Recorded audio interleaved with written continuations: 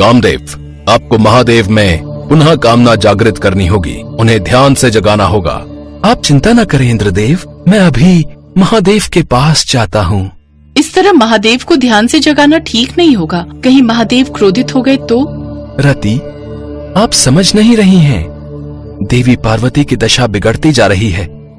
अगर महादेव की तपस्या को भंग नहीं किया तो अनर्थ हो जाएगा, और शिव शक्ति के बीच पुनः प्यार जागृत करने का सौभाग्य मुझे प्राप्त हुआ है, और ये मेरे लिए सौभाग्य की बात है।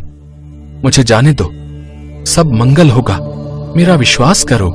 ठीक है, आप जाना चाहते हैं तो जाइए, मैं आपको रोकूंगी नहीं, किंतु आप मुझे वचन दीजिए आप उन पर बाण नहीं चलाएंगे। मेरे ख्याल से उसकी आवश्यकता नहीं पड़ेगी। ये कहकर कामदेव उस गुफा की ओर निकल पड़ते हैं जहाँ महादेव तपस्या कर रहे थे। कुछ ही देर में वो वहाँ पहुँच जाते हैं जहाँ शिव तपस्या में लीन थे और माता पार्वती उनके समक्ष नीचे बैठकर तपस्या कर रही थी। प्रणाम महादेव। प्रणाम माता। अब मैं माता पार्वती को पुनः सुंदर बना दूंगा, और फिर महादेव को माता पार्वती के सुंदर स्वरूप का आभास होगा, और उनके अंदर पुनः कामना जागृत हो जाएगी। लेकिन उनके इस प्रयास से भी वो दोनों जागृत नहीं होते।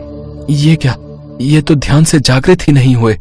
अब मैं इस गुफा को सुंदर बना देता हूँ, अपनी शक्ति से फूलों की भांति सजा देता हूँ, साथ ही इत्र की खुशबू हर जगह बिखेर देता हूँ, उससे ये अवश्य जागृत होंगे।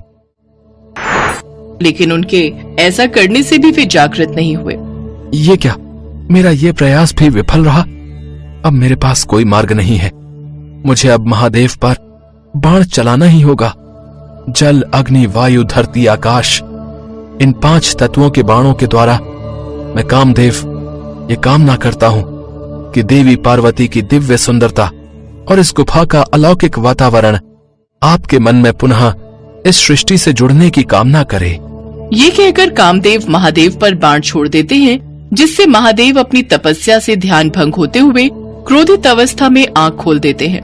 तो वहीं उनके आंखें खोलने पर माँ पार्वती भी अपनी आंखें खोल देती हैं। क्षमा करना महादेव, मेरे पास आखिरी विकल्प यही था। क्रोधित अवस्था में महादेव अपना तीसरा नेत्र खोलते हैं, जिससे जलकर कामदेव भस्म हो जाते हैं। तभी देवी रति भी कामदेव को ढूंढते हुए वहां आ जाती हैं। कामदेव, कामदेव! तभी रति की नजर महादेव के स्थान की ओर जाती है। महादेव यहाँ नहीं है, इसका मतलब वो जागृत हो गए हैं। देवी, आप बताएं, मेरे पति कामदेव यहाँ महादेव को जागृत करने आए थे, कृपा करके बताएं वो कहाँ हैं।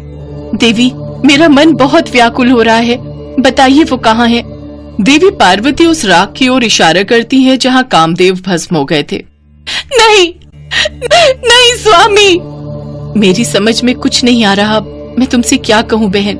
बहन कहने का दुस्साहस मत करना।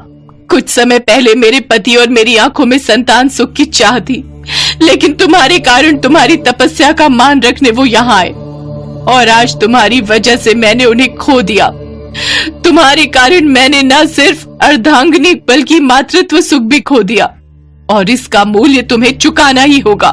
देवी रति प्रतिशोध की ज्वाला में जलते हुए हाथ में अपने पति की राख उठाकर देवी पार्वती को श्राप देती हैं। मैं देवी रति अपने पति कामदेव की भस्म को साक्षी मानकर देवी पार्वती को श्राप देती हूँ कि जो मातृत्व का सुख उन्होंने मुझसे छीना है, उस सुख से वो भी वंचित रहेंगी। देवी पार्वती अपने गर्भ से किसी संतान को जन्म नहीं दे पाएंगी। तभी वहाँ नारायण प्रकट हो जाते हैं।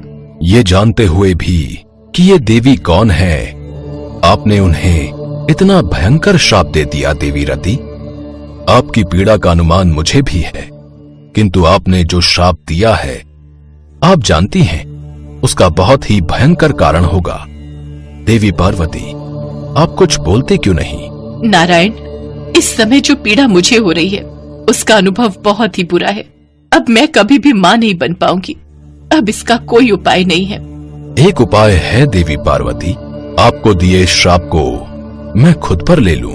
नहीं नारायण, रति ने अपना स्वामी और संतान सुख दोनों खोया है, इसलिए इसके श्राप का फल मैं ही भोगूंगी। आज मेरे कारण इनके साथ ऐसा हुआ है। देवी रति, मैं आपके इस श्राप को स्वीकारती हूँ। नहीं देवी, मुझे माफ कर दीजिए। नहीं रति, इसमें तुम्हारी कोई गलती नहीं।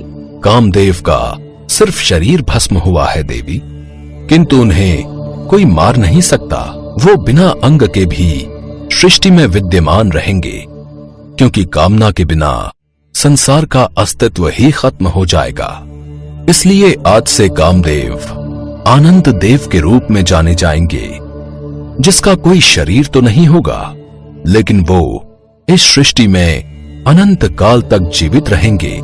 इस तरह देवी पार्वती को देवी रति से आजीवन बांझ रहने का श्राप मिल गया, जिस कारण देवी पार्वती को जो भी संतानें हुई, उनमें से एक को भी माँ पार्वती ने अपनी कोख से जन्म नहीं दिया।